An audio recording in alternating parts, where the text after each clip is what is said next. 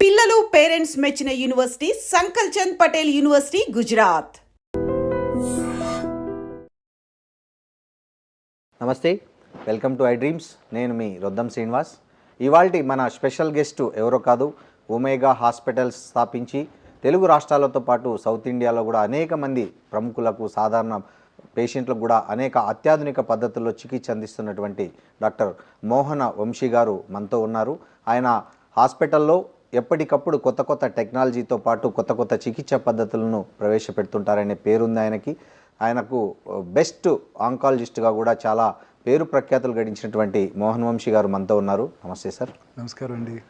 Sir, Mohan Vamsi గారు, cancer కంటే ముందు మీరు ఒక మెడికల్ స్టూడెంట్గా జిప్మర్ నుంచి బయలుదేరి హైదరాబాద్లోకి ఎంట్రీ అయ్యారు కదా. అవునండి. ఆ ట్రావెల్ గురించి కొద్దిగా చెప్తారా? నేను నా ఎంబీబీఎస్ జిప్మర్ పాండిచేరిలో చేశానండి. అక్కడే కూడా ఎంఎస్ జనరల్ సర్జరీలో పోస్ట్ గ్రాడ్యుయేషన్ కూడా చేసేసి ఆ తర్వాత క్యాన్సర్ ఇన్స్టిట్యూట్ అడియార్లో నేను ఎంసీహెచ్ అంటే super specialization course in oncology చేశానండి. That is way back in 1993. ఆ తర్వాత ఒక 1 year మణిపాల్లో పనిచేసి ఆ తర్వాత ఇంగ్లాండ్లో ఎఫ్ఆర్సిఎస్ కూడా కంప్లీట్ చేసి హైదరాబాద్లో గవర్నమెంట్ క్యాన్సర్ హాస్పిటల్లో అసిస్టెంట్ ప్రొఫెసర్గా జాయిన్ అయ్యానండి 94 ఆగస్ట్లో. ఓకే. ఇక ఆ తర్వాత 94 నుంచి ఇప్పుడు 31 సంవత్సరాలు హైదరాబాద్లోనే ఉండటం జరిగిందండి. ఒక 2.5 ఏళ్ళు గవర్నమెంట్ సర్వీస్లో ఉన్నాను. ఆ తర్వాత ఒక 8 ఏళ్ళు అపోలో హాస్పిటల్లో ఉన్నాను. ఒక 8 ఏళ్ళు వసుతారకం ఇండో అమెరికన్ క్యాన్సర్ ఇన్స్టిట్యూట్లో ఉన్నాను. ఇక ఆ తర్వాత 15 ఏళ్ళుగా ఒమేగా హాస్పిటల్తో ఉన్నానండి.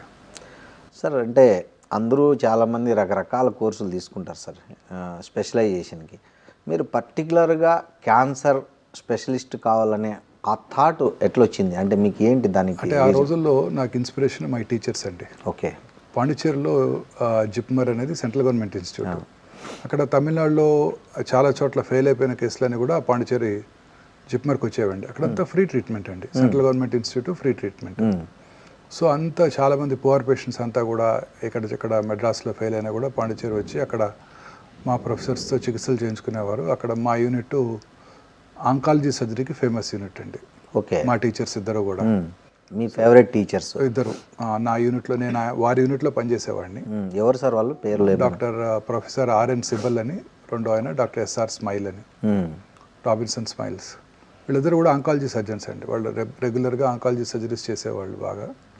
సో ఆ స్ఫూర్తితో నేను కూడా ఖచ్చితంగా ఆంకాలజీ సర్జరీ చేయాలని నిర్ణయించుకుని ఇక్కడ లక్కీగా అడియార్ క్యాన్సర్ ఇన్స్టిట్యూట్లో సీట్ సంపాదించుకున్నానండి. సార్, మీరు చెప్పినట్లు చాలా ఎక్స్పీరియన్స్ వచ్చిన తర్వాత హాస్పిటల్ పెట్టాలనుకున్నారు. సో ఎందుకు మీకు ఓన్గా హాస్పిటల్ పెట్టాలనిపించింది? ఈ పేరు ఎట్లా, ఒమేగా అనే పేరు మీరు ఎట్లా ఆలోచించారు? రీజన్, నేను వీఆర్ వర్కింగ్ ఇన్ వసుతారకం హాస్పిటల్. అక్కడ లైక్ మైండెడ్ కొలీగ్స్ అందరూ కలిసి మనకుగా మన దృష్టితో ఒక హాస్పిటల్ పెట్టాలనుకొని కొంతమంది కొలీగ్స్ వచ్చి అప్పుడు ఆ పక్కనే చిన్న బిల్డింగ్ దొరికితే అక్కడ క్యాన్సర్ హాస్పిటల్ పెట్టామండి. ఒమేగా అంటే గ్రీక్ ఆల్ఫాబెట్లో omega is the last word అండి, లాస్ట్ లెటర్. ఓకే.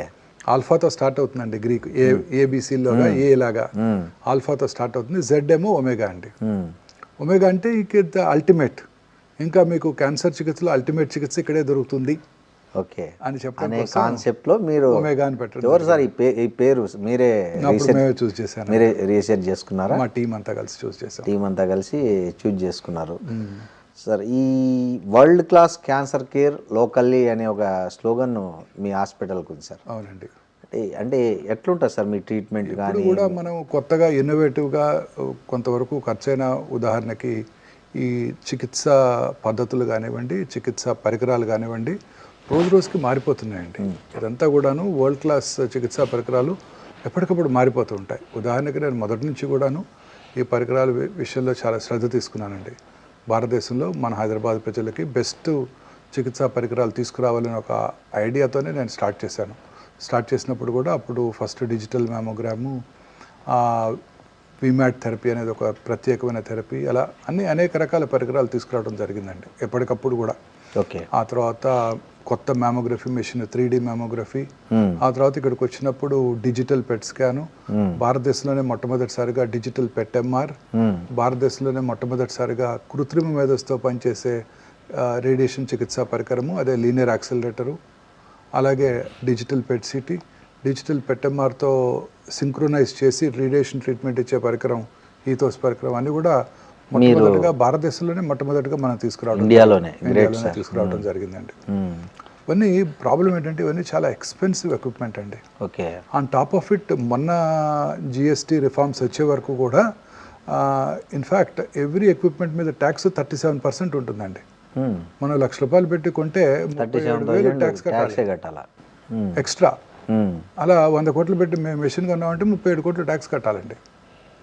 చాలాసార్లు రైజ్ చేయడం జరిగింది. నేను పర్సనల్గా ఈ ట్యాక్స్ పేయర్స్ మీట్లో ఫైనాన్స్ మినిస్టర్ గారు కూడా డైరెక్ట్గా అడగడం జరిగింది.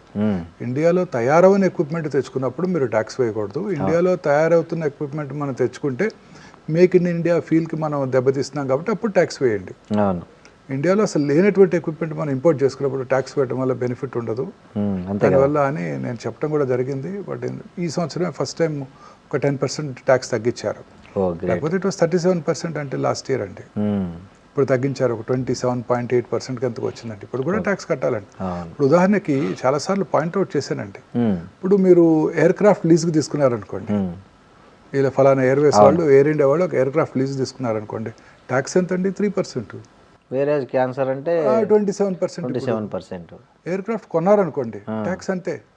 పర్సనల్ యూస్కి, ఉదాహరణకు ఒక పెద్ద ఇండస్ట్రియలిస్టు తన పర్సనల్ యూస్కి ఒక ఎయిర్ క్రాఫ్ట్ కొన్నారనుకోండి, అప్పుడు కూడా ట్యాక్స్ ఎంత అండి? 10%. చాలా చీప్గా సార్. చాలా చీప్ అండి. ఆ పెట్రోల్ కూడా చాలా చీప్ అంటే కదా సార్, మామూలు పెట్రోల్. మనకు ఐడియా లేదు కానీ ఇది మాత్రం చీపేనండి. 10%ఏనండి. ఓకే, 10%. మనమేమో ప్రజలకు ఉపయోగపడే రేడియేషన్ ఎక్విప్మెంటు, దట్టు ఆయుష్మాన్ భారత్లోను ఆరోగ్యశ్రీలో కూడా ఈ రేడియేషన్ ఇవ్వాల్సి ఉంటుంది తక్కువ ఖర్చులో. వాటికి ఇప్పటికి కూడా 27.8% ట్యాక్స్ వేస్తున్నారండి. లగ్జరీ ఎయిర్ క్రాఫ్ట్ తెప్పించుకున్నా కూడా 10% ఓన్ యూస్కి. ప్రజలకు ఉపయోగపడే ప్రజారోగ్యానికి సంబంధించి వాడే ఎక్విప్మెంట్ మాత్రం 27.8% ట్యాక్స్ ఇప్పటికీ కూడా అదే ట్యాక్స్ కడుతున్నామండి.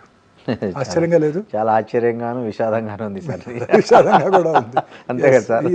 వెరీ ట్రూ అండి. అదే కదా సార్, విషాదంగా కూడా ఉంది. అవును సార్. ఇంకోటి మీరు ఎప్పుడు చెప్తుంటారు, early detection is the key అని చెప్తుంటారు. వెరీ ట్రూ అండి.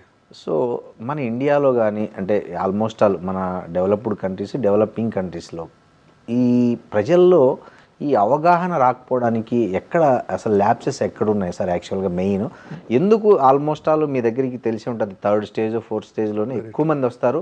దట్టు ఈవెన్ ఎడ్యుకేటెడ్, బాగా చదువుకున్న వాళ్ళు కానీ, రిచ్ పీపుల్ కానీ, వాట్ ఎవర్ ఇట్. సో ఎందుకు ఈ గ్యాప్ బాగా ఉంది ఇండియాలో అని నాకు అనిపిస్తుంది. ఒకటి భయం, 2 అపోహలు. ఓకే. ఫస్ట్ భయం, ఫోఫో అంటాం ఇప్పుడు, fear of finding out. Test చేయించుకుంటే అని ఉంటుందేమో, ఉంటే ముందుగా గుర్తిస్తే క్యూర్ అవుద్దన్న ఆయన తెలిసినా కూడా భయం. ఎందుకు టెస్ట్లు ఎందుకు మనకి? లేదా నాకు ఉండదేమో ఆశ, ఆప్టిమిజం, ఆశ. టెస్ట్ చేయించుకోవాలంటే చాలా మంది ఇప్పుడు భారతదేశంలో ఈ భయంతోనే చేయించుకోవట్లేదండి పరీక్షలు. చాలా మంది వస్తుంటారు, అసలు భయం. ఇప్పుడు కొత్తగా ప్రివెంటివ్ క్యాన్సర్ స్క్రీనింగ్ వచ్చేసిందండి. అవును సార్. మన మధ్య మిస్టర్ నిఖిల్ కామత్ వారు ప్రముఖ బిజినెస్ పర్సన్. అవును. వారు మిస్టర్ బిల్ గేట్స్తో ఒక పోడ్కాస్ట్ చేశారు.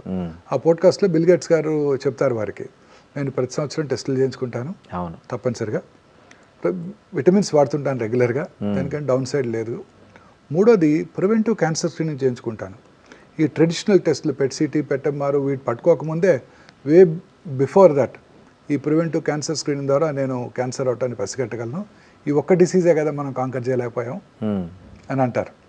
అదే టెస్ట్ ఇప్పుడు హైదరాబాద్లో అందుబాటులోకి వచ్చినప్పటికీ చాలామంది చేయించుకోవడానికి భయపడుతున్నారు.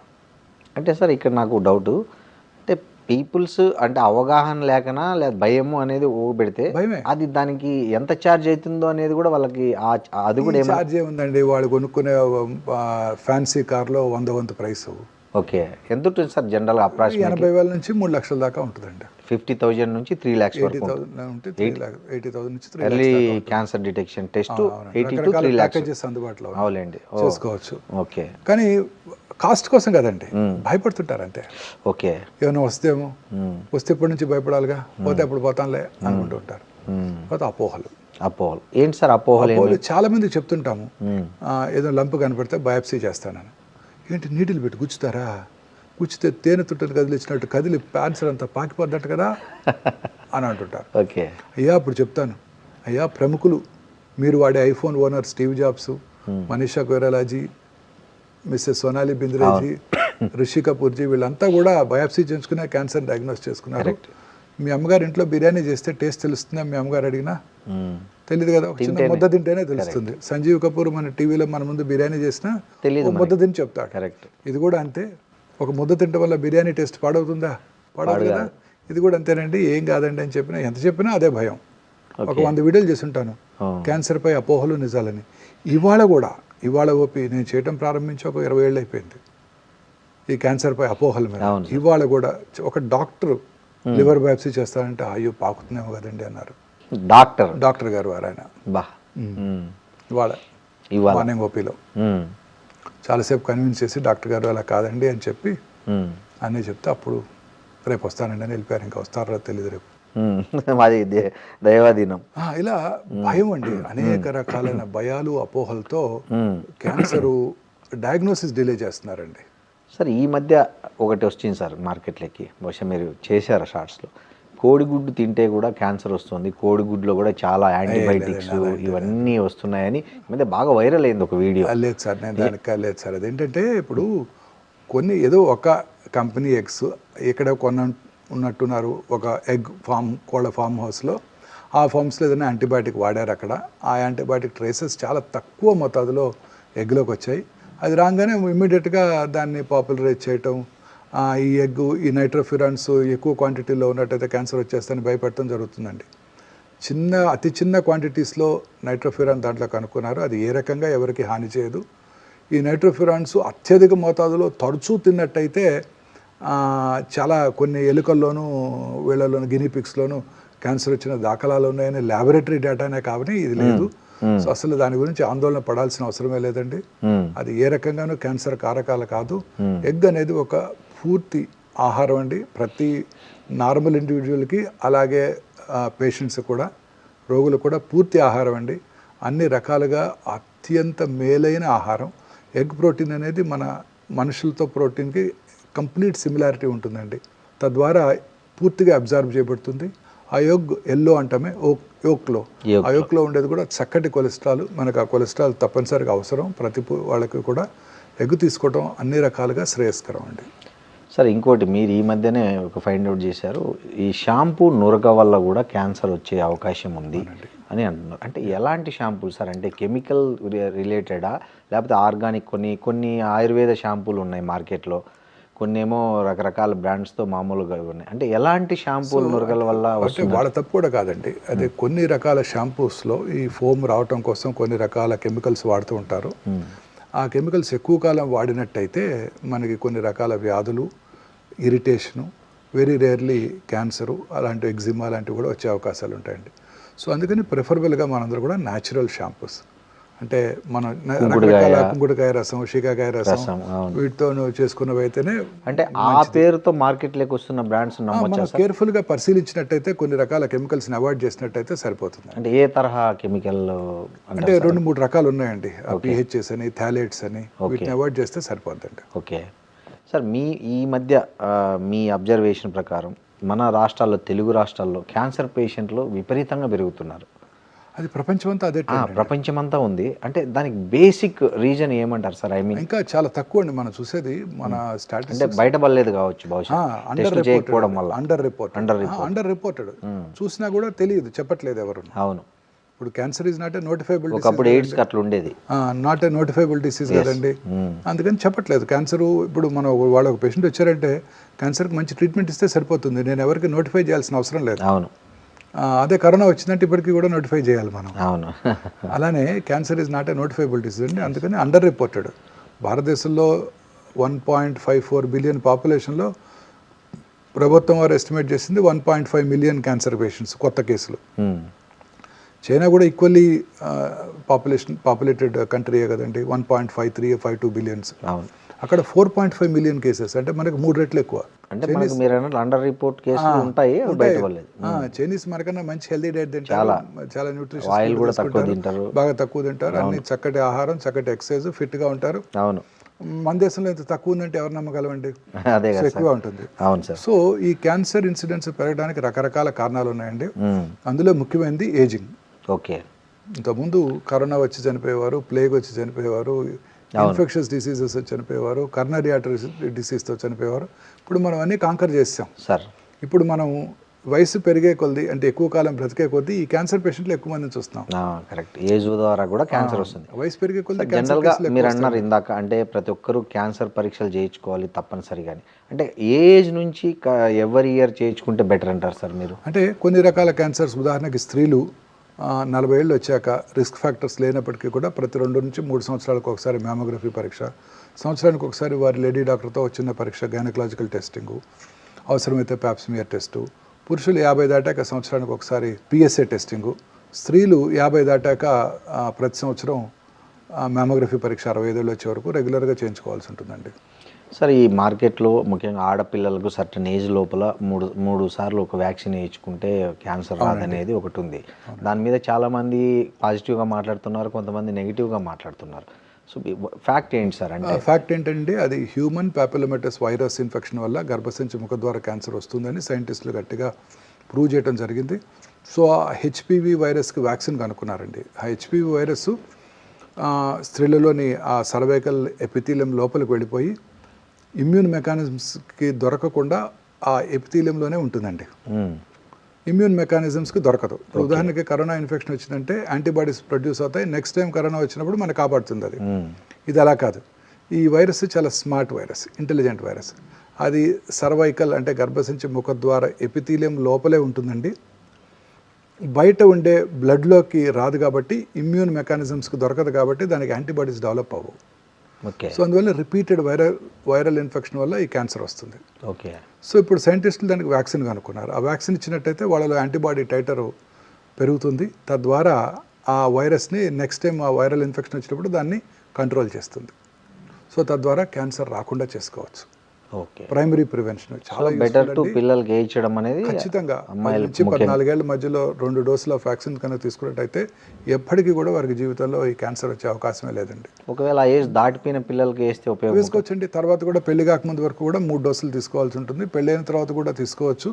ముందుగా ఒకసారి పరీక్ష చేయించుకొని 1 సంవత్సరం పాటు ప్రెగ్నెన్సీ రాకుండా చూసుకున్నట్టయితే ఖచ్చితంగా వాళ్ళు కూడా వ్యాక్సిన్ తీసుకుంటే మంచిదండి. ప్రభుత్వం వారు ఇప్పుడు ఫ్రీగా ఈ సంవత్సరం నుంచి చిన్నపిల్లలందరికీ వ్యాక్సిన్ అందజేయబోతున్నారు.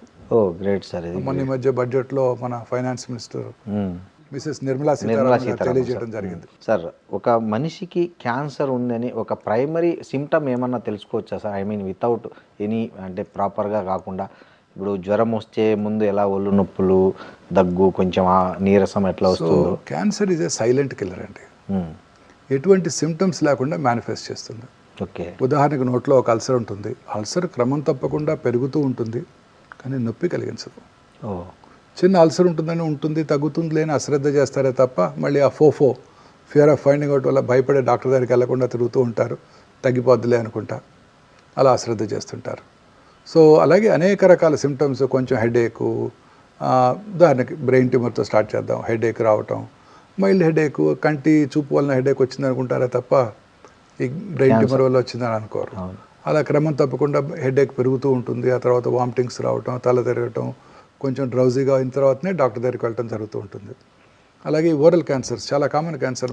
ముఖ్యంగా భారతదేశంలోని సదర్న్ ఏరియాస్లోని పురుషుల్లో ఇది చాలా కామన్ క్యాన్సర్ అండి.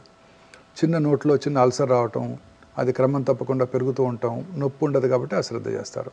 అల్సర్ నుంచి బ్లడ్ కూడా వస్తుంటుంది, ఆయన కూడా అశ్రద్ధ చేస్తుంటారు. కొన్నిసార్లు బోన్ కూడా తినేస్తుంది, అప్పుడు వస్తారు డాక్టర్ దగ్గరికి. అలాగే నోట్లో కానీ నాలుక మీద కానివ్వండి ఎరుపు తెలుపు మిళితమైన ప్యాచెస్ ఉంటాయి. ఏ రకమైన సిమ్టమ్స్ కలిగించవు, అందుకని అందరూ దాన్ని అశ్రద్ధ చేస్తుంటారు. సో హోర్స్నెస్ ఆఫ్ వాయిస్, గొంతు బొంగురు పోవటం, మింగడానికి ఇబ్బందిగా ఉండటం, మింగినప్పుడు గొంతులో ఏదైనా ఒక ఫారిన్ బాడీ ఉన్నట్టు ఫీలింగ్ రావటం, వెయిట్ తగ్గిపోవటం, ఇవన్నీ కూడా అన్నవాహిక క్యాన్సరు, అప్పర్ ఫారింజియల్ క్యాన్సర్ లక్షణాలు. ఇక లంగ్ క్యాన్సర్ లక్షణాలు కూడా చాలా సింపుల్గా ఉంటాయండి. మానని దగ్గు, స్మోకర్స్ అందరికీ ఉంటుంది స్మోకర్స్ కాఫ్. అందరూ దాన్ని అశ్రద్ధ చేస్తూ ఉంటారు, స్మోకర్స్ కాఫ్ అని. మానని దగ్గు లాస్ట్ ఇయర్ కూడా వచ్చింది, అప్పుడు వెళ్ళి చూపించుకున్నాను, సిటీ స్కాన్ కూడా చేయించుకున్నాను, ఏమీ లేదన్నారు. ఈ సంవత్సరం కూడా అదే ఉంటుందిలే అని అశ్రద్ధ చేస్తుంటారు. దగ్గినప్పుడు వచ్చే ఫ్లెమ్లో రక్తం పట్టడం, లో గ్రేడ్ ఫీవర్ ఉండటం, లో గ్రేడ్ చెస్ట్ పెయిన్ ఉండటం, వెయిట్ తగ్గిపోవటం, ఇవన్నీ కూడాను ఈ లంగ్ క్యాన్సర్ లక్షణాలు. వీటిని కూడా అందరూ అశ్రద్ధ చేస్తుంటారు. ఇక దక్షిణ భారతదేశంలో పురుషుల్లో అత్యధికంగా కనబడే క్యాన్సర్లో ఈ స్టమక్ క్యాన్సర్, జీర్ణాశయ క్యాన్సర్ ఒకటండి. దీనికి కూడా పెద్దగా సిమ్టమ్స్ ఏ ఉండవు. కొంచెం ఫుడ్ తిన్నా పొట్ట ఫుల్ అయినట్టు ఉండటం, గ్యాస్ పట్టేసినట్టు ఉండటం, తేన్పులు రావటం, వామిటింగ్ రావటం, వామిటస్లో బ్లడ్ రావటం, ఇవన్నీ కూడా వెయిట్ తగ్గిపోవటం గ్యాస్ట్రిక్ క్యాన్సర్ లక్షణాలు. అర్లీ స్టేజ్లో అందరూ కూడా దీన్ని అశ్రద్ధ చేస్తుంటారు. నాకు గ్యాస్ ఉంది అనుకుంటారే తప్ప వెళ్ళి చెక్ చేసుకుందాం, ఎండోస్కోపీ చేసుకుందాం అని ఒకసారి కూడా ఎవరు అనుకోరనమాట. ఇలా అలాగే మలమూత్ర విసర్జన అలవాట్లో మార్పు రావటం, మోషన్లో బ్లడ్ పట్టడం. మోషన్లో బ్లడ్ పెడితే ఫస్ట్ నాకు పైల్స్ ఉన్నాయి, లాస్ట్ ఇయర్ కూడా ఉంది, అంత ముందు ఇయర్ కూడా ఉంది. అప్పుడు డాక్టర్ దగ్గరికి వెళ్ళాను, మెడిసిన్స్ తిన్నాము, డిసెంట్రీ ఉంది, బావర్చీలో తిన్నాను, ఇలా అనుకుంటూ ఉంటారు. కారం ఎక్కువ తిన్నా, మసాలా ఎక్కువ తిన్నా కాబట్టి చికెన్ తిన్నాను, బ్లడ్ వచ్చింది, వేడి చేసింది, ఇలాంటి వెరీ ట్రూ, ఇలా అనుకుంటారే తప్ప ఇలా చెక్ చేయించుకోరు. తద్వారా అనేక రకాలైన క్యాన్సర్స్ లేట్ స్టేజెస్లోనే కనబడుతున్నాయండి. సార్ ఇంకోటి సార్, అంటే నేను చిన్న చాలా కామన్ ఒక కామెంట్ చాలామందిలో, అన్ని అలవాట్లు మందు కొట్టి సిగరెట్ తాగి గుట్కాలు వేసుకొని పాన్లు వేసుకునే వాళ్ళు బాగా హెల్తీగా ఉంటున్నారు. చాలామంది మంచిగా రోజు ఎక్సర్సైజ్ చేసి మంచి ఫుడ్ తీసుకొని మంచి క్వాలిటీ ఫుడ్ మెయింటైన్ చేసి హెల్త్ మెయింటైన్ చేసి వీళ్ళు క్యాన్సర్ డిటెక్ట్ అవుతుంది. ఇది ఏంది అనేది కొంచెం చాలా మందిలో ఉండే ఒక కామన్ ఆర్గ్యుమెంట్ ఒకటి ఉంది సార్. అంటే ఇది అలా ఏం లేదండి. ఖచ్చితంగా స్మోక్ చేసే వాళ్ళలోనే లంగ్ క్యాన్సర్ వచ్చే అవకాశాలు ఎక్కువగా ఉంటాయి, ఓరల్ క్యాన్సర్స్ వచ్చే అవకాశాలు ఎక్కువగా ఉంటాయి. మీరు 100 మంది లంగ్ క్యాన్సర్ పేషెంట్ చూసామంటే అందులో 80 మందికి ఈ స్మోక్ చేసిన హిస్టరీ ఉంటుందండి. 12 ఏళ్ళ ఆడపిల్ల కూడా లంగ్ క్యాన్సర్ చూశాను, బట్ చాలా తక్కువ. స్మోక్ చేసే పురుషుల్లోనే లంగ్ క్యాన్సర్ వచ్చే అవకాశాలు చాలా ఎక్కువగా ఉంటాయండి. ఆల్కహాల్ తాగే వాళ్ళలో అన్నవాహిక క్యాన్సర్, ఓరల్ క్యాన్సర్స్ వచ్చే అవకాశాలు ఎక్కువ ఉంటాయి, లివర్ క్యాన్సర్ వచ్చే అవకాశాలు ఎక్కువగా ఉంటాయి. అలా అన్ని రకాలుగా దొరలవాట్లు ఉన్న అందరిలోకి కూడా క్యాన్సర్లు వచ్చే అవకాశాలు చాలా ఎక్కువగా ఉంటాయి. ఎక్కడో ఒక చోట దొరలవాట్లు లేని వాళ్ళలో వచ్చినప్పుడు దాన్ని హైలైట్ అవుతుంది తప్ప అది ఖచ్చితంగా కాదండి. 100% మీరు అనుకున్నట్టే దొరలవాట్లు ఉన్న వాళ్ళలో క్యాన్సర్ వచ్చే అవకాశాలు చాలా చాలా ఎక్కువగా ఉంటాయండి. సార్ ఈ మందు లిమిట్గా తీసుకుంటే ఏం కాదు, సిగరెట్ లిమిట్గా తాగితే ఏం కాదు అనేది కూడా ఒకటి లేదండి. ఈ మధ్య అనేక అధ్యయనాల్లో తేలింది ఏంటంటే కొంచెం తీసుకున్న ఆల్కహాల్, ఒక 30 ml ఆల్కహాల్ తాగినా కూడా క్యాన్సర్ వచ్చే అవకాశాలు చాలా పెరిగిపోతాయి. ఇక నుంచి ఆల్కహాల్ బాటిల్స్ మీద కూడా it is injurious to health అని వాళ్ళు లేబుల్ అయిపోతున్నారు. స్మోకర్స్కి ఎలా వేస్తున్నారు, ఈవెన్ 30 ml కూడా. Yes okay. అమెరికన్ వాళ్ళ ఫిజిషియన్స్ మొన్న మధ్య జరిగిన సర్వేలో కూడా వాళ్ళు ఇదే నిర్ధారణ చేయడం జరిగింది. వాళ్ళ సర్జన్ క్యాన్సర్ పెరగడానికి ఈ ఆల్కహాల్ స్మోకింగ్ ఎట్లా దోహదం చేస్తాయి సార్? అంటే బాడీలో ఇప్పుడు స్మోక్ చేసిన మీకు 6 సెకండ్స్లో ఈ పొగాకులో ఉన్న 400 క్యాన్సర్ కారక రసాయనాలు బ్లడ్లో ప్రవహించి బాడీలో అన్ని భాగాలకు వెళ్ళిపోయి అన్ని చోట్ల క్యాన్సర్ కలిగిస్తాయి. ఇమాజిన్ చేయండి, ఇక్కడ స్మోక్ చేస్తే ఆడవాళ్ళలో గర్భసంచి ముఖ ద్వారా క్యాన్సర్ వస్తుంది, బ్లాడర్ క్యాన్సర్స్, అన్ని రకాల క్యాన్సర్స్ వచ్చేస్తాయండి. అలాగే ఆల్కహాల్ తాగిన వాళ్ళు అనేక రకాలైన రసాయనాలు రిలీజ్ అయ్యి రకరకాల క్యాన్సర్స్కి దారితీస్తుందండి. ముఖ్యంగా అన్నవాహిక, gastric cancer, liver cancer, pharyngeal cancer. Okay. Smoke చేసే వాళ్ళలో 100కి ఒక 30 మంది క్యాన్సర్ వచ్చింది అనుకున్నామండి. ఆల్కహాల్ మాత్రమే తాగే వాళ్ళు 100కి 10 మందికి వస్తుంది అనుకున్నాం. రెండు కలిపి చేస్తే 30 + 10 40 కాదండి, 70% అండి. ఓకే. దాన్ని సినర్జిస్టిక్ ఎఫెక్ట్ అంటారు. అంటే ఒకదానికొకటి ఇంకా సహాయం చేసుకొని ఇంకెక్కువ క్యాన్సర్లు కలిగిస్తాయి. అవును సార్, ఇంకోటి ఉంది సార్, అంటే స్వీట్ తినొద్దండి. స్వీట్ అంటే బికాస్ ఆఫ్ షుగర్ ఓన్లీ బాడీలో క్యాన్సర్ కణాలు సర్వైవ్ అవుతుంటాయి. సో ఆ స్వీట్ అనేది తినకపోతే అవి ఆటోమేటిక్గా చనిపోతాయి అనే ఒక ఈ మధ్య అది కూడా ఒక ప్రచారం ఈ మధ్య కాలంలో వస్తుందండి. అన్నీ కూడా మితంగా తీసుకోవాలండి. ఈ షుగర్, వైట్ షుగర్ అనేది వెరీ డేంజరస్ అండి. ఓకే. ఈ వైట్ షుగర్ తీసుకోవడం వల్ల అనేక రకాలైన కరోనరీ ఆర్టరీ డిసీజ్ దగ్గర నుంచి అన్ని రకాల ఎయిల్మెంట్స్కి అదే కారణం అండి. ఓకే. సో దాన్నే మనం రెడీగా అవైలబుల్ షుగర్ అంటాము. దాన్ని రెసిస్టెంట్ స్టార్చ్ అని కూడా ఇప్పుడు కొత్త కాన్సెప్ట్ వస్తుంది. ఉదాహరణకి పొటాటోస్ని, బ్రెడ్ని కూడా ఒక రోజు ముందుగానే ప్రిపేర్ చేసి బాయిల్ చేసి రెఫ్రిజిరేటర్లో పెట్టుకుని తర్వాత వాడుకున్నట్టయితే పొటాటోస్ నెక్స్ట్ డేకి అవి కాంప్లెక్స్ కార్బోహైడ్రేట్ అవుతాయి. Simple carbohydrates are dangerous. ఇమీడియట్గా బాడీలో బ్లడ్ షుగర్ రైజ్ అవుతుంది, ఇన్సులిన్ పీక్ వస్తుంది, ఆ తర్వాత రెసిస్టెంట్ అవుతుంది, ఇన్సులిన్ రెసిస్టెన్స్ డెవలప్ అవుతుంది, పొట్టకు చుట్టూ కొవ్వులు పెరిగిపోతాయి, తద్వారా అనేక రకాల ఎయిల్మెంట్స్ రావడానికి అవకాశం ఉంటుంది. ఈ రెసిస్టెంట్ స్టార్చ్ అంటే తొందరగా జీర్ణం అవ్వదు, స్లోగా జీర్ణం అవుతుంది. ఈ మన చిలకడ దుంపలు అంటారు, స్వీట్ పొటాటో ఇవన్నీ కూడా రెసిస్టెంట్ స్టార్చెస్. ఇవన్నీ కూడా రెసిస్టెంట్ స్టార్చెస్, కాంప్లెక్స్ కార్బోహైడ్రేట్స్ మనకి చాలా యూస్ఫుల్గా ఉంటాయి. 2 వర్డ్స్ మీరు నెక్స్ట్ ఫ్యూ డికెట్స్ వినబోతున్నారండి. సార్, ఒకటి ఇన్ఫ్లమేషను, రెండోది గట్ మైక్రోబియం. అంటే ఈ 2 కూడా మన హెల్త్కి చాలా ఇంపార్టెంట్ అండి. ఒకటి గట్ మైక్రోబియం, మన పేగుల్లో ఉండే హెల్దీ బ్యాక్టీరియా ఇవి డిస్టర్బ్ అయినప్పుడు అనేక రకాలైన టాక్సిన్స్ ఉత్పన్నమవుతాయండి. అవి అనేక రకాలైన రోగాలకు కారణమవుతాయి, అన్ని రకాల రోగాలకు కూడా. సో మన గట్ మైక్రోబియం డిస్టర్బ్ అవ్వకూడదు. ఈ ప్రీబయాటిక్స్ అంటాం చూడండి, అలాగే ప్రోబయాటిక్స్ అంటాం. ఇవన్నీ కూడా మన గట్ మైక్రోబియంని చక్కగా ఉంచి మనకి అన్ని రకాల వ్యాధుల్ని రాకుండా చేస్తాయండి. ఓకే. అలాగే ఇన్ఫ్లమేషన్ అంటే తెలుగులో దాని కరెక్ట్ వర్డ్ లేదండి, వాపు అంటాం. ఇన్ఫ్లమేషన్ అంటే ఆ డిస్టర్బెన్స్ ఆఫ్ ద ఎపిథీలియం అండి. ఇప్పుడు ఇన్ఫ్లమేషన్ వల్లే కరోనరీ ఆర్టరీ డిసీజెస్ రావడానికి అవకాశాలు ఉంటాయి. ఈ ఇన్ఫ్లమేషన్ అనేది చాలా ఇంపార్టెంట్. ఈ ఇన్ఫ్లమేషన్ అనేది అన్ని రకాల జబ్బులకి మూల కారణం. ఇన్ఫ్లమేషన్ తగ్గించడానికే మనం ప్రయత్నం చేస్తుంటారు. ఉదాహరణకి రిఫైన్డ్ ఆయిల్స్. మా చిన్నప్పుడు రిఫైన్డ్ ఆయిల్స్ అంటే చాలా పాపులర్. ఇందులో కొలెస్ట్రాల్ తక్కువ ఉంటుంది, ఫ్యాట్స్ తక్కువ ఉంటాయి, మనకి చాలా హెల్దీ ఆయిల్ వాడుకుంటూ ఉండేవాళ్ళం. బట్ రిఫైన్డ్ ఆయిల్స్లో ఉండే ఆ రిఫైన్డ్ ఆయిల్స్ తయారు చేసే క్రమంలో వాడే కెమికల్స్ అనేక రకాలైన ఇన్ఫ్లమేషన్కి దారితీస్తాయి. అవి కరోనరీ ఆర్టరీ డిసీజ్కి దారితీస్తాయి, క్యాన్సర్లకు కూడా దారితీస్తాయి. ఓకే. అలా ఇప్పుడు అందుకని న్యాచురల్ ఫుడ్స్, మనం కోల్డ్ ప్రెస్డ్ ఆయిల్స్, అట్లా ట్రెండ్ అట్లా మారిపోయింది. వీటి వల్ల ఇన్ఫ్లమేషన్ తక్కువగా ఉంటుంది, గట్ మైక్రోబియం బాగుంటుంది, మనం హెల్తీగా ఉంటాం. ఏదైనా ఒకటండి, అన్నీ మితంగా తీసుకోవాలి. కార్బోహైడ్రేట్స్, ఫ్యాట్స్, అలాగే ప్రోటీన్స్, సమతుల ఆహారం. సమతుల్యమైన ఆహారం తీసుకుంటే ఏ జబ్బులు రావండి. దాంతోపాటు దురలవాట్లకు దూరంగా ఉంటూ, పీచు పదార్థం ఎక్కువగా తీసుకుంటూ, రెగ్యులర్గా వ్యాయామం చేస్తూ, లీన్ బాడీ మాస్, ఊబకాయం రాకుండా సన్నగా ఉన్నట్టయితే అనేక రకాలైన జబ్బులకి ఇంక్లూడింగ్ క్యాన్సర్కి దూరంగా ఉండడానికి అవకాశం ఉంటుంది. సార్, ఇంకోటి కూడా ఉంది సార్, నేను లక్ష్మణ ఫలం అని, తర్వాత మీరు చెప్పిన చిలగడ దుంపలు అంటే మా గంజిగడ్డలు అంటారు, వాటిని తినడం అనేది యాంటీ క్యాన్సర్ అంటారు. అది అలాగే లేదండి, అన్ని రకాల ఫ్రూట్స్ కూడా యాంటీ క్యాన్సరే. వాటిలో ఎనీ ఫ్రూట్ అండి, అన్ని రకాల ఫ్రూట్స్ కూడా. ఫ్రూట్స్ మనకి అన్ని రకాలుగా మనకి మంచి ఆరోగ్యాన్ని అందజేస్తాయండి. ఓకే. సీజనల్ ఫ్రూట్స్, మన అవకాడోలు, బ్లూబెర్రీలు తినాల్సిన అవసరం లేదు. మన ఉసిరికాయలు, రేక్కాయలు సీజనల్. ఏ సీజన్లో ఇప్పుడు సీజన్ దొరికేవన్నీ ఈ సీజన్లో అన్ని దొరుకుతుంటాయి. సీతాఫలకాయలు, స్ట్రాబెర్రీస్ అన్ని దొరుకుతాయి. అవును సార్. మనకి ఏది దొరికితే అది. మనం ఫ్యాన్సీ కివీస్, అవకాడోస్, బ్లూబెర్రీస్ తినాల్సిన అవసరం లేదు. మల్బెర్రీస్. మన ఊర్లో మన దొరికే జామకాయ అవకాడో కన్నా 100 రెట్లు బెటరు. మన ఆకుకూరలు కాలే కన్నా 100 రెట్లు బెటర్. తోటకూర, చుక్కకూర, పాలకూర, గోంగూర, పచ్చల కూర అన్నీ కూడా పవర్ హౌసెస్ అండి. స్పినాచ్ అంటారు ఇంగ్లీష్ వాళ్ళు, మన తోటకూరేనండి. అందులో ఉండే ప్రోటీను. మన కాలీఫ్లవర్, వాళ్ళు బ్రోకలీ తింటారు, మన చాలా ఖరీదైన కూరగాయ. అవును సార్. 80 రూపీస్, ఇది 20 రూపీస్. మన కాలీఫ్లవర్ 10 రూపాయలు దొరుకుతుంది. అదే సేమ్ అండి, సేమ్ క్వాంటిటీ ఆఫ్ ప్రోటీన్, అన్ని పీచు పదార్థం, అన్ని ఓకే. ఎక్కడ ఏం మార్పే లేదండి.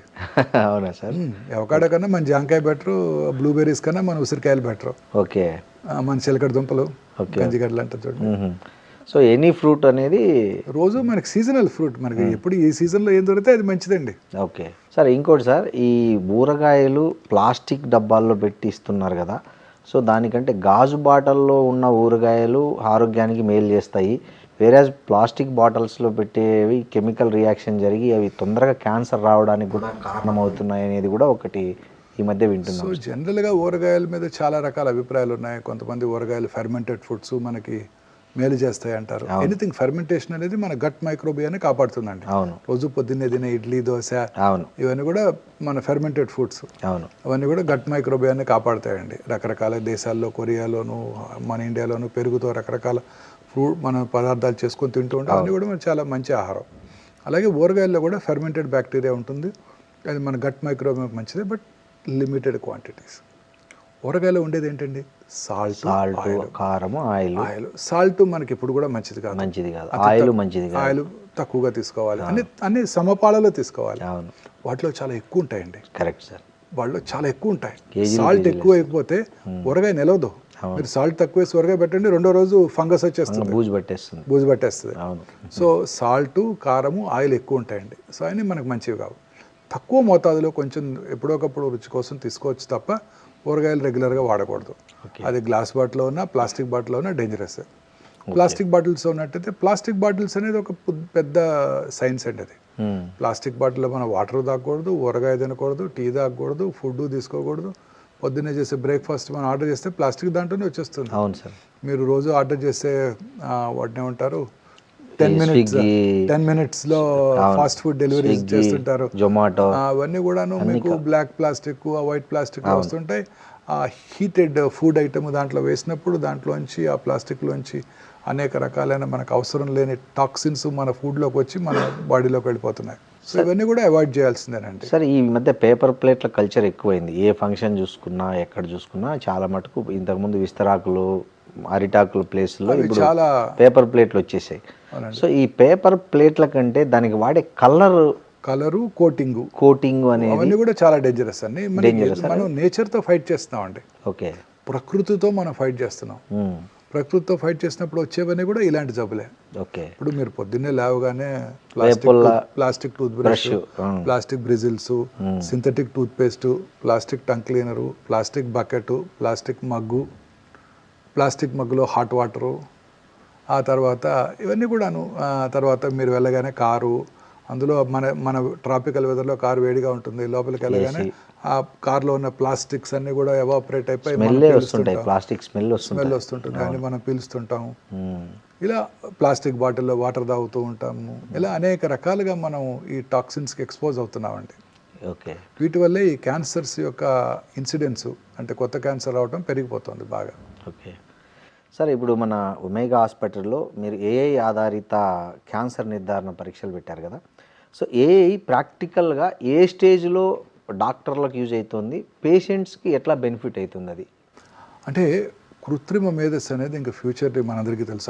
అన్ని రంగాల్లోనూ కృత్రిమ మేధస్సే going to play major role. In fact medical సైన్సెస్లో కూడా అది మేజర్ రోల్ ప్లే చేస్తుందండి. ఓకే, ఇప్పుడు ఉదాహరణకి రేడియలాజికల్ డయాగ్నోసిస్ కానివ్వండి, ఇదంతా కూడా ప్యాటర్న్ రిపోర్టింగ్ అంటారు. అంటే మనకున్న నాలెడ్జ్తో దాన్ని రిపోర్ట్ చేస్తుంటాం.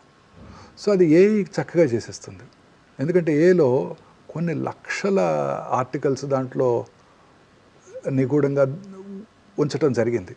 సో అది చాలా ఫాస్ట్గా థింక్ చేసి ఆ రిపోర్టింగ్ చేయడానికి చాలా చక్కగా పనిచేస్తుంది. ఎనీథింగ్ ప్యాటర్న్ రిపోర్టింగ్ అంటాం. అదే కృత్రిమ మీద అవసరం లేదు, ఒక ప్యాటర్న్. అది ఇది ఇలా ఉంటే ఇది ఒకరు చేసే పనిని 100 మంది చేస్తే ఎంత రిజల్ట్ వస్తుందో అలాంటి ఏ అంత ఫాస్ట్గా మీకు. ఇప్పుడు రేడియోథెరపీ ప్లానింగ్ ఉందనుకోండి.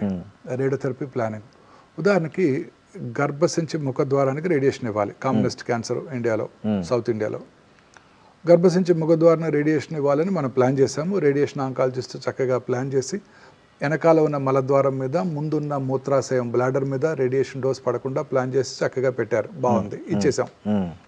3వ రోజు పేషెంట్ కొంచెం కాన్స్టిపేషన్ వచ్చింది. కాన్స్టిపేషన్ సహజంగా రావచ్చు కదా ఆ వయసులో. అవును, వస్తుంది. కాన్స్టిపేషన్ వచ్చినప్పుడు రక్తం కొంచెం ఉబ్బుతుంది, ఎందుకంటే ఫీకల్ మ్యాటర్ అక్కడ మోషన్ అక్కడ ఉంటుంది కాబట్టి. అవును, ఉబ్బినప్పుడు గర్భసంచి ముఖద్వారాన్ని ఒక 2 మిల్లీమీటర్లు ముందుకు పుష్ చేస్తుంది. మరి మన రేడియేషన్ ఏమో ఇంతకుముందు ఎక్కడైతే గర్భసంచి ముఖద్వారం ఉందో అక్కడే ఇస్తుంది.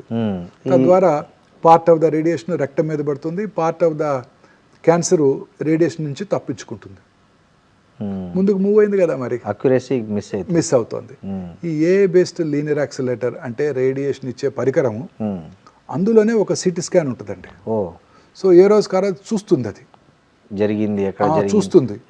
చూసిన తర్వాత దాంట్లో ఉన్న కృత్రిమ మేధస్సుతో ఆలోచిస్తుంది. అదేమిటి, నేను డాక్టర్ గారు ప్లాన్ చేసినప్పుడు గర్భసంచి ఎక్కడ ఉంది, ఇప్పుడేంటి 2 మిల్లీమీటర్ల ముందుకు జరిగింది అని ఆలోచిస్తుంది. కొత్త లొకేషన్కి అడాప్ట్ చేసుకుంటుంది. చేసుకొని మళ్ళీ రేడియేషన్ రీప్లాన్ చేసి డెలివర్ చేసేస్తుంది 3 నిమిషాల్లో. సో గ్రేట్, చాలా ఆశ్చర్యం కదండి. చాలా అద్భుతము, ఆశ్చర్యం, సంతోషకరం. అవును. ఎందుకు, ప్రిసైజ్గా రేడియేషన్ ఇవ్వటం వల్ల రేడియేషన్ రిలేటెడ్ సైడ్ ఎఫెక్ట్స్ తగ్గిపోయాయి, క్యూర్ అయ్యే అవకాశాలు కూడా పెరిగిపోయాయి. ఇది సామాన్య మానవుడికి సాధ్యం కాదు. వాళ్ళు చూసినా మళ్ళీ రేడియేషన్ రీప్లాన్ చేయాలంటే ఒక 20 గంటలు పడుతుంది. ఈ లోపల కాన్స్టిపేషన్ తగ్గిపోతుంది, పేషెంట్ మళ్ళీ నార్మల్ అయిపోతుంది.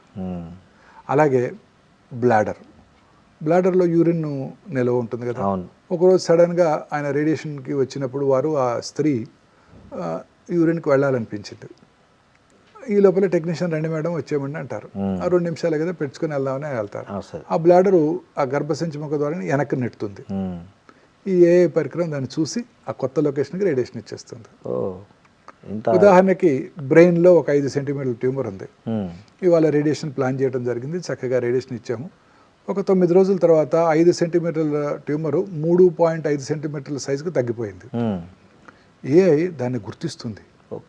ఓహో, మనం ప్లాన్ చేసినప్పుడు 5 సెంటీమీటర్ల ట్యూమర్కి మనం ప్లాన్ చేసాము, ఇప్పుడు సైజ్ తగ్గిపోయింది కాబట్టి రేడియేషన్ ఫీల్డ్ కూడా తగ్గిపోతుంది. సో పేషెంట్ కూడా చాలా యూజ్ దీనివల్ల. చాలా మంచి అనవసరమైన ప్లేస్లో ట్రీట్మెంట్ జరగదు. తద్వారా రేడియేషన్ ప్లేస్లోనే కరెక్ట్ రేడియేషన్ పడుతుంది. Very good. Radiation related side effects అన్ని పూర్తిగా తగ్గిపోయాయి. రేడియేషన్ ప్రిసైజ్గా ట్యూమర్ మీదే డెలివరీ చేయడం వల్ల క్యూర్ అయ్యే అవకాశాలు కూడా పెరిగిపోతాయి. ఇది కృత్రిమ మేధస్సు యొక్క గొప్పతనం. అలాగే పెట్ సిటీ స్కాను, పెట్ ఎంఆర్ఐ స్కాన్స్ కృత్రిమ మేధస్సుతో పనిచేసినప్పుడు చాలా ఫాస్ట్గా చేసేస్తాయి. నార్మల్గా పెట్ సిటీ స్కాన్ చేయించుకున్నారనుకోండి ఎవరన్నా, అప్రాక్సిమేట్లీ 24 మిల్లీ సివరెట్స్ ఆఫ్ రేడియేషన్ వస్తుంది ఆ పేషెంట్కి. రేడియేషన్ కూడా హజార్డెస్సే కదా. అవును సార్, చాలా మూవ్ రేడియేషన్ వస్తుంది. ఈ కృత్రిమ మేధస్సుతో కూడిన పరికరాలు చాలా ఫాస్ట్గా మూవ్ అయిపోతాయి. ఆ 4 పొజిషనింగ్స్ అన్నీ కూడా ఫ్రాక్షన్ ఆఫ్ ఎ సెకండ్లో చేసేసి ఎంటైర్ స్కాన్ టైము 15 నిమిషాల నుంచి 3 నిమిషాలు తగ్గిపోయింది. తద్వారా రేడియేషన్ డోస్ తగ్గిపోతుంది పేషెంట్కి వచ్చే రేడియేషన్. సో కృత్రిమ మేధస్సుతో పనిచేసే ఈ పెట్ సిటీ స్కాన్స్ చాలా ఫాస్ట్గా మూవ్ అవటం వల్ల పేషెంట్కి వచ్చే రేడియేషన్ ఎక్స్పోజర్ బాగా తగ్గిపోతుంది.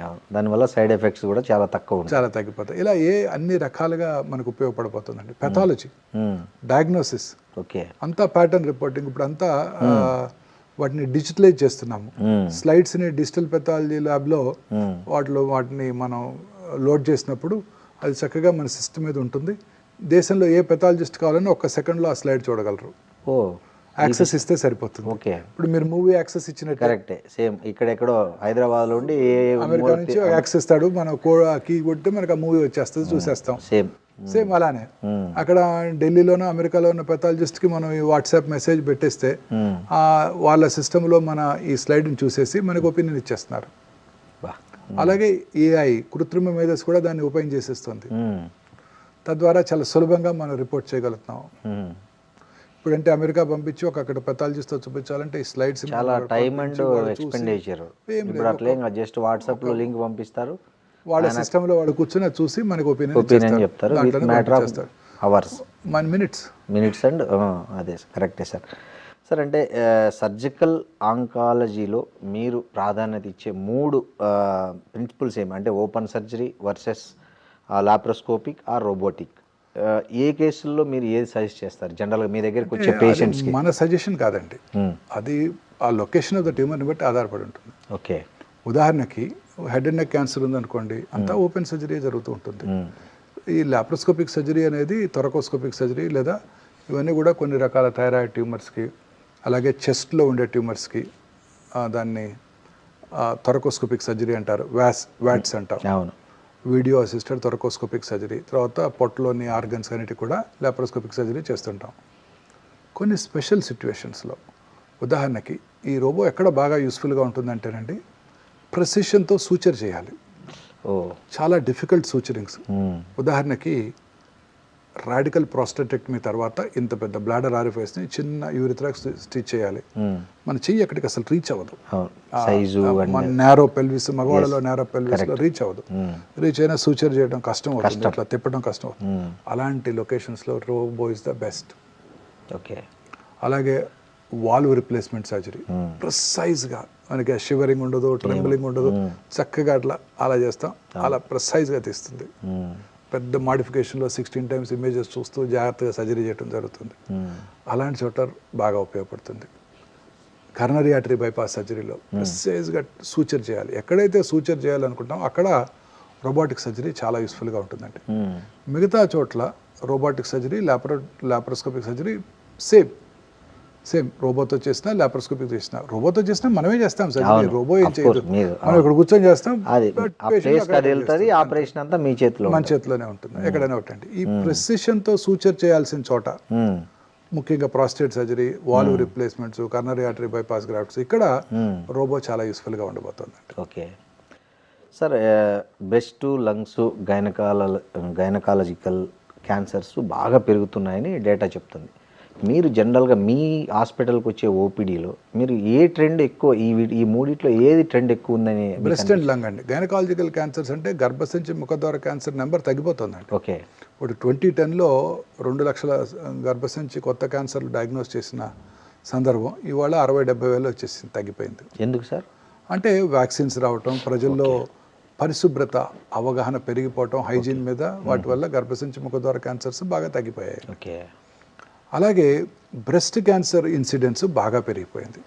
ఆ రోజుల్లో 2010లో 70-80 వేలు సంవత్సరానికి కొత్త క్యాన్సర్ కేసులు భారతదేశంలో డయాగ్నోస్ చేస్తున్నట్టయితే ఇప్పుడు more than 2,50,000 new breast cancer patients భారతదేశంలో డయాగ్నోస్ చేయబడుతున్నాయి. అండ్ ప్రతి సంవత్సరం 20-30 వేలు ఎక్కువ అవుతాయంటే ఇంకా ICMR వారి అంచనా ప్రకారమే, అంటే ఇంకా ఎక్కువగా ఉండబోతున్నాయి. అలాగే ఓవేరియన్ క్యాన్సరు, గర్భసంచిలో బాడీ క్యాన్సర్స్ అవి ఎక్కువ అవుతున్నాయి.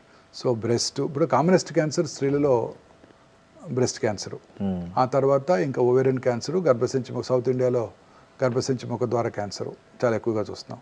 ప్రపంచం అంతా ఓవేరియన్ క్యాన్సరు, గర్భసంచి బాడీ క్యాన్సర్స్ ఎక్కువగా చూస్తున్నాం. అలాగే పురుషుల్లోనేమో హెడ్ అండ్ అంటే ఓవరాల్ ఒక సిస్టమ్ కనుక చూసుకున్నట్టయితే గ్యాస్ట్రో ఇంటెస్టైనల్ ట్రాక్, ఒకే ఆర్గన్ కనుక తీసుకున్నట్టయితే ఓరల్ క్యావిటీ క్యాన్సర్స్ ఎక్కువగా చూస్తున్నాం అండి, ముఖ్యంగా సౌత్ ఇండియాలో. అవును సార్. అంటే ఈ పిల్లలకు పాలు ఇవ్వకపోవడము, తల్లులు ఇంతకుముందు అయితే పాత తరంలో చాలా 2-3 ఏళ్ళు వచ్చే వరకు పిల్లలకు తల్లిపాలే ఆహారంగా ఉండేది మెయిన్ ప్రధానంగా. ఇప్పుడు కొత్త జనరేషన్లో వాళ్ళకున్న పరిమితులు, జాబ్స్, తర్వాత రకరకాల వల్ల అసలు వాళ్ళు 1 నెల 2 నెలలు కూడా అంటే బ్రెస్ట్ ఫీడింగ్ అనేది తగ్గిపోయింది. సో దానివల్ల ఏమన్నా క్యాన్సర్ ఎక్కువ? అలానే లేదండి. బ్రెస్ట్ క్యాన్సర్ ఇన్సిడెన్స్ పెరగడానికి రకరకాల కారణాలు ఉన్నాయి. ఓకే. మోస్ట్ ఇంపార్టెంట్ ఏంటంటే ఈ లేట్గా మ్యారేజ్ చేసుకోవటం, లేట్గా పిల్లలు కంటాం. ఓకే. 30 సంవత్సరాల తర్వాత కనుక మొదటి కానిపోయినట్టయితే వాళ్ళలో రిస్క్ ఎక్కువ ఉంటుందండి. ఓకే. పిల్లలు లేని వాళ్ళకు కూడా రిస్క్ ఎక్కువ ఉంటుంది. లేట్గా పెళ్లి చేసుకోవటం, పెళ్లి చేసుకున్న ఈ కెరియరు, ప్రమోషన్స్, వీటితో జాబు రెస్పాన్సిబిలిటీస్తో పిల్లల్ని లేట్గా కంటాం, వాళ్ళలో క్యాన్సర్ ఇన్సిడెన్స్ ఎక్కువగా ఉంటుందండి. అలాగే ఈ నైట్ టైం పనిచేసే వాళ్ళలో ముఖ్యంగా సర్కేడియన్ రిజమ్ అంటే మన బాడీ యొక్క అలారం దెబ్బతింటుంది, నిద్ర అలారం. దానివల్ల మెలటోనిన్ అనే హార్మోన్ ఉత్పత్తి తగ్గిపోయి వాళ్ళలో ఈ బ్రెస్ట్ క్యాన్సర్, పురుషుల్లో ప్రాస్టేట్ క్యాన్సర్ వచ్చే అవకాశాలు ఎక్కువగా ఉంటాయి. ఓకే. ఇవి చాలా ముఖ్యమైన కారణాలండి. తర్వాత అర్బన్ ఏరియాస్లో దురలవాట్లు స్త్రీలలో, ఆల్కహాల్, స్మోకింగ్, అలాగే ఊబకాయం, ఇవన్నీ కూడా బ్రెస్ట్ క్యాన్సర్ ఇన్సిడెన్స్ పెరగడానికి దోహదం చేస్తున్నాయండి. ఇక బ్రెస్ట్ ఫీడింగ్ ఇవ్వకపోవటం వల్ల క్యాన్సర్ వస్తుంది అనుకునేది yes, to an extent yes. కానీ బ్రెస్ట్ ఫీడింగ్ ఇవ్వటం వల్ల ఏమొస్తుందంటే లాక్టేషనల్ ఎమెనోరియా వస్తుంది. అంటే బ్రెస్ట్ ఫీడింగ్ ఇస్తున్నంతకాలం జనరల్గా పీరియడ్స్ రావు. ఓకే. ఆ పీరియడ్స్ రానప్పుడు ఆ పీరియడ్స్ టైంలో వచ్చే హార్మోన్స్, ఈస్ట్రోజన్ హార్మోన్ పీక్స్ ఉంటాయి, అవి ఆగిపోతాయి. తద్వారా అది బెనిఫిషియల్గా ఉంటుంది తప్ప ఈ బ్రెస్ట్ ఫీడింగ్ ఇవ్వకపోవడం వల్లే బ్రెస్ట్ క్యాన్సర్ వస్తుంది అనే దాంట్లో అది పూర్తిగా నిజం లేదండి. మెయిన్ కారణం ఇదండి, లేట్గా పిల్లల కంటాం, దొరలవాట్లు, ఊబకాయము, ఇవన్నీ కూడా ఈ బ్రెస్ట్ క్యాన్సర్ ఇన్సిడెన్స్ పెరగడానికి ముఖ్య కారణాలు.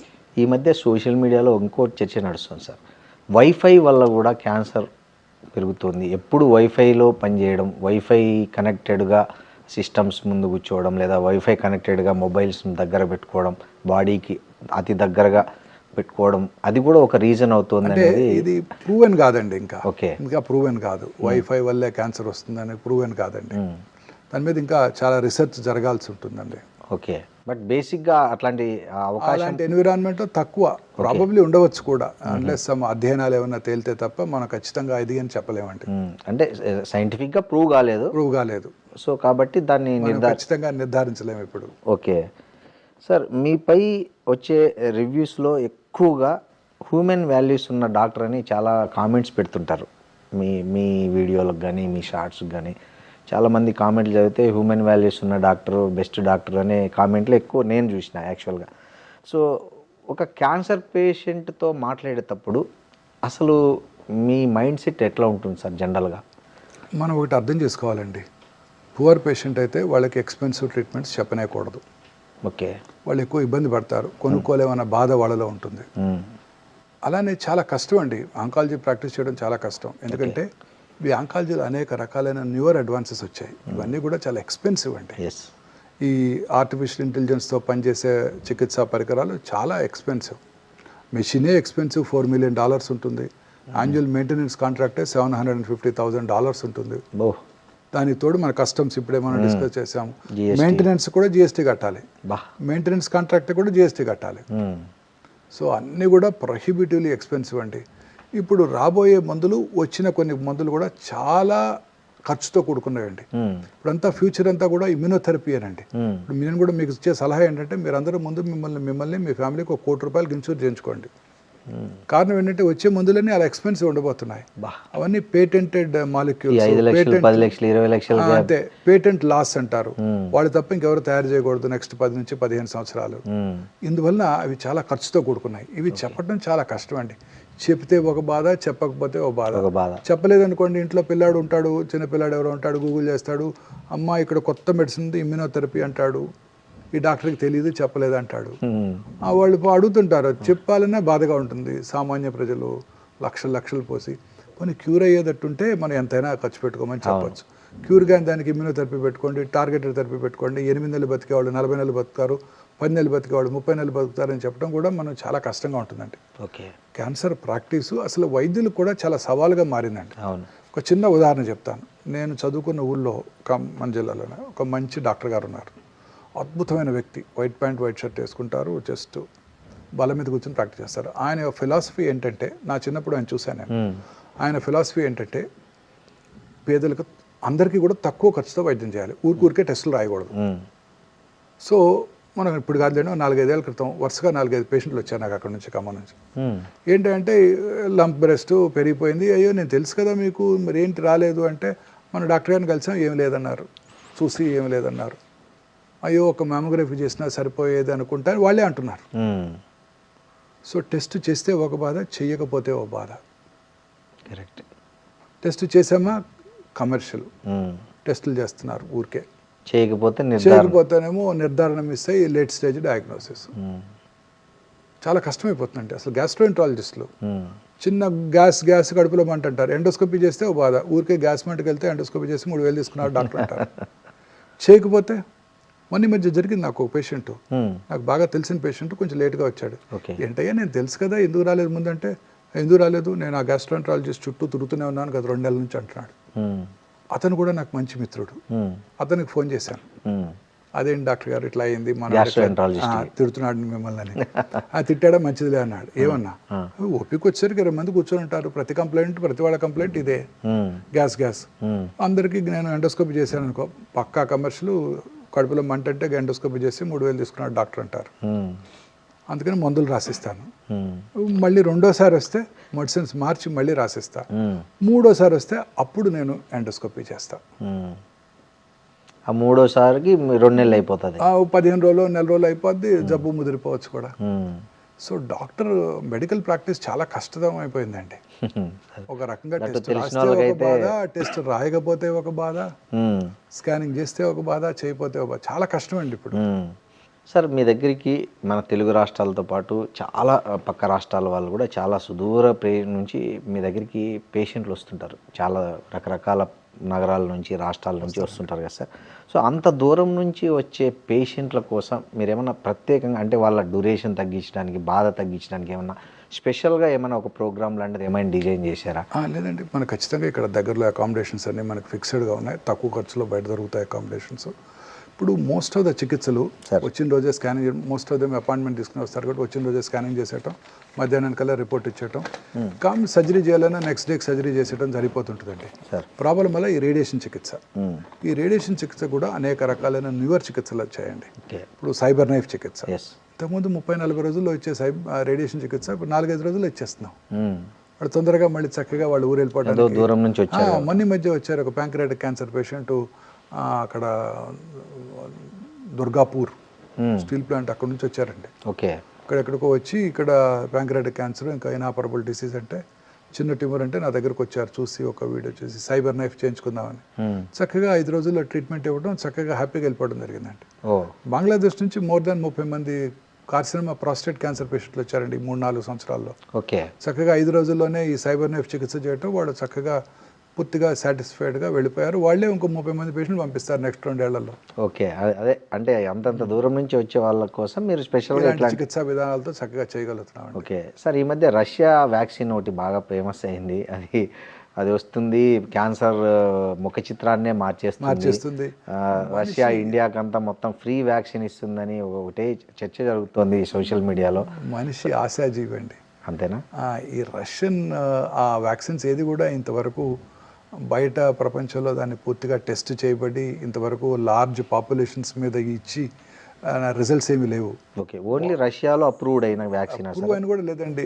వాళ్ళు ఏదో ఒక మన న్యూస్ ఐటమ్ లాగా వచ్చింది తప్ప వాళ్ళ సైంటిఫిక్ పబ్లికేషన్స్ ఏమీ చెప్పలేదు. ఓకే, ఇదేదో ఒక mRNA వ్యాక్సిన్ కోలన్ క్యాన్సర్ పేషెంట్స్లో కొంచెం యూస్ఫుల్గా ఉంటుందని వాళ్ళు ఏదో ఒక నోట్ ఇచ్చినట్టు అనేక రకాలైన స్టడీస్ చెప్తున్నాయి ఇప్పటి వరకు.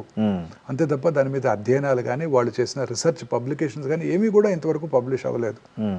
రష్యా ఇప్పుడు ప్రాక్టికలీ అని అండర్ డెవలప్డ్ కంట్రీ అండి ఇప్పుడున్న వార్ పరిస్థితుల్లో. సో వాళ్ళు ఇలాంటి చాలా బహుళంగా ఈ వ్యాక్సిన్ అందరికీ అందుబాటులోకి తెచ్చి, అది అందుబాటులోకి వచ్చిన తర్వాత అందరికీ ఉపయోగపడి సైడ్ ఎఫెక్ట్స్ లేకుండా ఉన్నప్పుడే దాన్ని మనం గుర్తించడం జరుగుతుంది.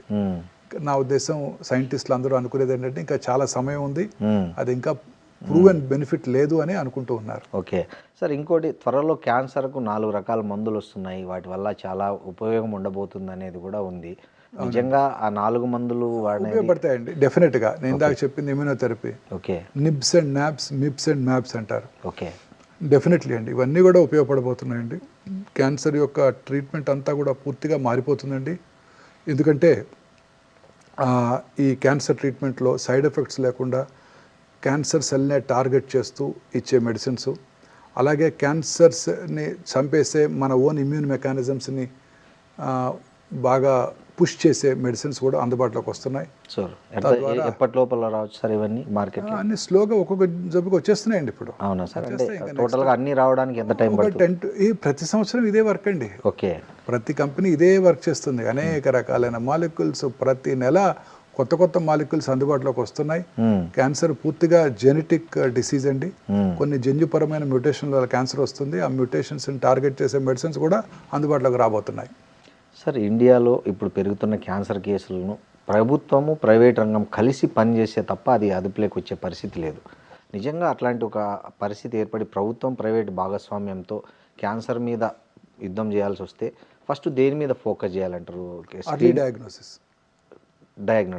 డయాగ్నోసిస్, క్యాన్సర్ని ముందుగా కనిపెట్టడం మీద ఫోకస్ చేయాలండి. ఓకే, క్యాన్సర్ని ముందుగా కనిపెడితే క్యూర్ అయిపోతాయండి ఆటోమేటిక్గా. ఓకే, ప్రజల్లో ఒక అవగాహన పెంచడం, ప్రజల్లో ముందుగా గుర్తించడానికి వాళ్ళందరికీ స్క్రీనింగ్ పద్ధతుల్ని, స్క్రీనింగ్ టెక్నిక్స్ని వాళ్ళందరికీ అందుబాటులో ఉంచడం ప్రైవేట్ హాస్పిటల్ వల్ల అయ్యే పని కాదు. ఓకే, ప్రైవేట్లో ఉన్న స్పెషలిస్టులు అలాగే ప్రభుత్వం దగ్గర ఉన్న వనరులతో ఇది ఖచ్చితంగా చేయగలమండి. ఓకే, అలా కనుక చేసినట్టయితే క్యాన్సర్ని ముందుగా గుర్తిస్తే ఏ క్యాన్సర్ అయినా క్యూర్ చేయడానికి అవకాశం ఉంటుందండి.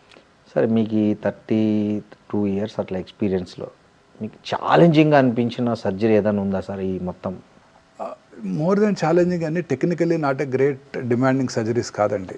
ప్రాబ్లం వల్ల ఏంటంటే పేషెంట్ యొక్క జనరల్ కండిషన్ బాగోనప్పుడు వారి హార్ట్ ఎలా విత్ స్టాండ్ అవుతుందో ఈ సర్జరీ అనేదే భయం అండి. చాలాసార్లు అదే మెయిన్ ప్రాబ్లం. ఓకే, అనేక రకాల న్యూవర్ ఎక్విప్మెంట్ అందుబాటులోకి వచ్చాయి. ప్రిసైజ్గా చూస్తున్నాము, లాప్రోస్కోప్తో చేస్తున్నాము, ప్రిసైజ్గా మనం అన్ని రకాల ఎక్స్పర్టైజ్ అందుబాటులో ఉంది. ఒక సర్జరీ చేయమండి. ఇప్పుడు ప్యాంక్రియాటిక్ సర్జరీ అంటే నేను మా కొలీగ్ సర్జికల్ గ్యాస్ట్రాంటాలజిస్ట్ ఉంటాను, అలా ప్రతి సర్జరీ కూడా కలిసి చేస్తుంటాం. సో ఛాలెంజ్ అనే దానికన్నా పేషెంట్ తట్టుకుంటారా లేదా అనేదే భయం. ఓకే, ఎందుకంటే క్యాన్సర్స్ జనరల్గా ఓల్డ్ ఏజ్లోనే వస్తుంటాయి. Correct sir. సార్, మీది laparoscopic oncology me specialisation sir.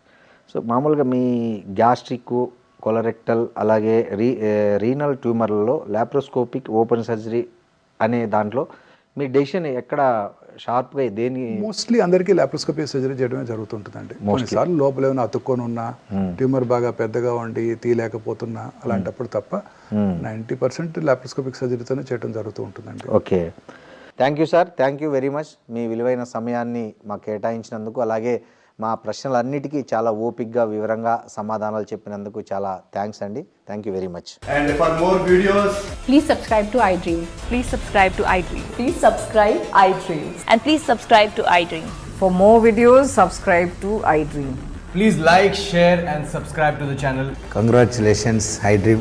Subscribe to iDream. Subscribe to iDream. So subscribe to iDream Media. iDream की iDream team अंदर की huge congratulations. Please subscribe iDream Media. Please subscribe to iDream. Subscribe iDream. Please subscribe to iDream. iDream అంటే నా కళల ఛానల్ను subscribe చేసుకున్న నోరు తిరుగుతలేదు, మీరైతే గంట గుర్తు కొట్టండి. For more such videos, please subscribe to iDream. Subscribe to iDream. Please subscribe to iDream. Please subscribe iDream Media. Please do subscribe to iDream. Please subscribe to iDream Media. For best entertainment and information, please subscribe iDream. And don't forget to subscribe to iDream.